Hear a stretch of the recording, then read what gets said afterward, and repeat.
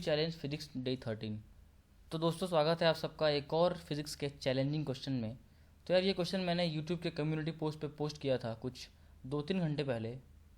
तो मुझे उम्मीद है कि आपने इस क्वेश्चन को ज़रूर ट्राई किया होगा और आपसे ये क्वेश्चन बन गया होगा।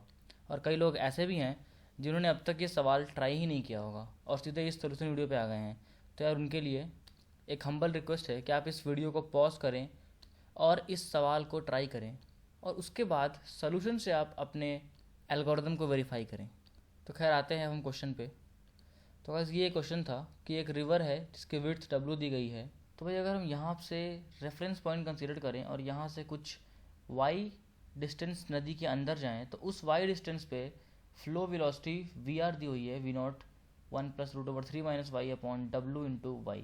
और भाई एक नाव है जो कि इस नदी को पार करना चाहता है और वो इस पॉइंट से नदी को पार करने के लिए स्टार्ट करता है with its initial velocity 2v0 जो कि कांस्टेंट है पूरे जर्नी के दौरान।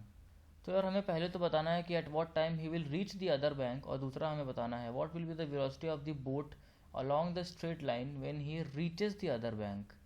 और एक और कंडीशन वो ये है कि ये जो नाव है वो नदी के उस पार तो जाए पर इस तरह से जाए in such a way that it always moves along the straight line perpendicular to the bank. मतलब कि हम चाहते हैं कि ये जो अपना नाव है वो इस लेंथ के अलोंग ही जाए, इस परपेंडिकुलर लेंथ के अलोंग ही जाए।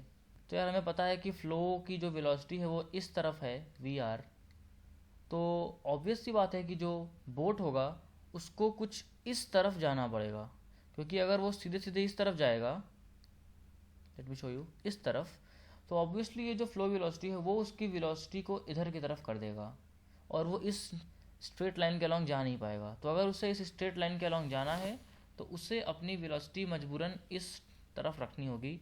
Late us assume at some angle alpha.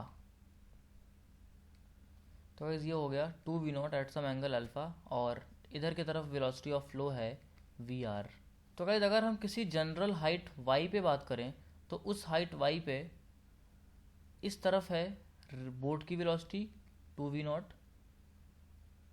ये एंगल सम थीटा है और इस तरफ है flow velocity vr।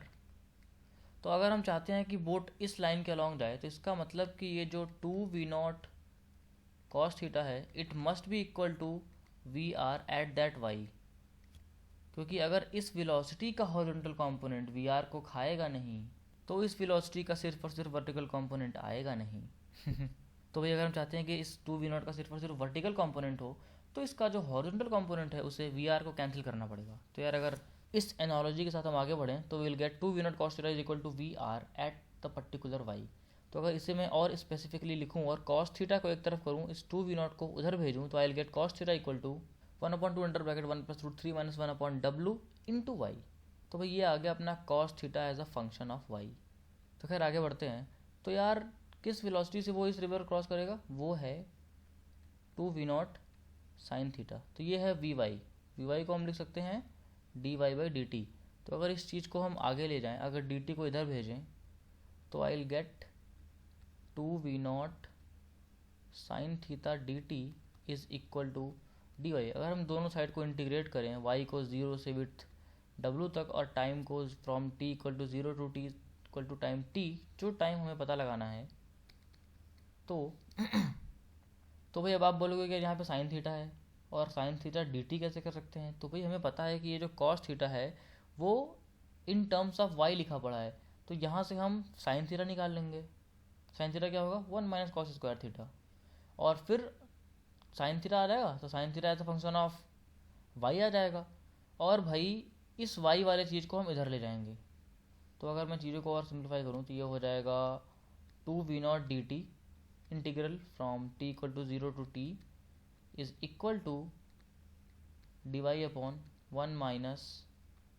cos square theta का इंटीग्रल फ्रॉम 0 टू w और यहाँ पे cos थीटा की वैल्यू हम यहाँ से पुट कर देंगे। तो यार ये प्योरली ये पूरा पार्ट जो है वो आ जाएगा as a function of y। तो अगर कोई चीज़ फंक्शन ऑफ y में है तो उसको हम y के रेस्पेक्ट में इंटीग्रेट कर देंगे, लिमिट्स रखेंगे 0 से w तक और लेफ्ट हैंड साइड तो भाई सॉर्टेड है 2v0 t। तो भाई अगर हम इंटीग्रल dt को एक तरफ करें फ्रॉम 0 से t और बाकी चीज़ों को उधर ले जाएं तो will get W upon V not बाहर, इंटीग्रल फ्रॉम 0 टू W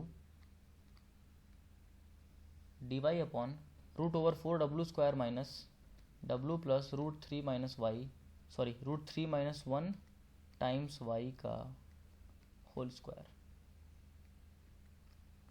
तो अब भाई ये इंटीग्रेशन जो है वो इस क्वेश्चन की कॉम्प्लेक्सिटी और टाइम को बढ़ा रहा है। तो यार कई लोग तो यहाँ तक आ चुके होंगे पर उन्हें ये समझ नहीं आ रहा होगा कि अब इस इंटीग्रेशन के साथ आगे कैसे जाएं। तो यार मैं आप लोगों को एक हिंट देता हूँ कि अगर कहीं लिखा हुआ है integral dx upon root over A square minus X square, तो इसे आप क्या लिखोगे? इसे आप लिखोगे sine inverse of x by A plus some constant C. तो भाई अगर आप देखो ध्यान से तो ए स्क्वायर ये हो जाएगा, एक्स स्क्वायर ये चीज़ हो जाएगी। तो आप इजीली आप इस चीज़ को इससे रिलेट करो और इंटीग्रेशन को आगे ले जाओ। हाँ भाई, तो आप इंटीग्रेशन कर चुके होंगे। तो यार वो इंटीग्रेशन मैं नहीं करने वाला आपके लिए, क्योंकि वो काफ़ी टाइम कंज्यूमिंग है और मैंने आपको तरीका बता दिया। अब मेहनत तो आपको ही करनी पड़ेगी। तो यार आप थोड़ी मेहनत करो और मेहनत करने के बाद आप पाओगे कि जो टाइम टी की वैल्यू है वो है omega pi upon 6 √3 minus 1 times of v naught. तो भाई कमेंट करके बताओ कि कितने लोगों का ये टाइम आ रहा है, और अगर आपका ये टाइम नहीं आ रहा है तो यार इस वीडियो को दोबारा देखो और ये पता लगाने की कोशिश करो कि आपने कहाँ पे गलती की। तो भाई पहला पार्ट तो हो गया, that is at what time he will reach the other bank. और दूसरा पार्ट ये है कि what will be the velocity of the boat along the straight line when he reaches the other bank. इसका मतलब कि जब ये बंदा इस पॉइंट पे पहुंच जाएगा तो उसकी इस डायरेक्शन में वेलोसिटी क्या होगी? क्या होगी भाई? 2v0 साइन थीटा होगी। तो भाई सबसे पहले तो हम एक काम करेंगे कि y की वैल्यू यहाँ w पुट करेंगे तो हमें क्या मिलेगा? w से w कट गया, 1 से 1 √3/2। तो cos थीटा आ रहा है √3/2। तो इस पॉइंट पे थीटा क्या आ रहा है? थीटा आ रहा है आपका 30 डिग्री। तो इस 30 डिग्री के लिए साइन थीटा क्या होगा? 1/2। तो वेलोसिटी क्या हो जाएगा? वेलोसिटी हो जाएगा along y at the end point 2v0 sine 30, that is simply v0। तो ये हो गया आपका फाइनल आंसर। तो यार कमेंट करके बताओ कि कितने लोगों से इस क्वेश्चन का दोनों पार्ट हो गया और कितने लोगों से नहीं हुआ, और अगर नहीं हुआ तो भाई वो क्या कॉन्सेप्ट था जो आपने मिस कर दिया? क्या वो कैलकुलेशन था या फिर क्या वो कोई सिली मिस्टेक था कि आपने कोई डेटा कंसिडर नहीं किया और क्वेश्चन को अपने मन से आगे बढ़ाया? क्या चीज़ थी वो? आप कमेंट करके बताओ।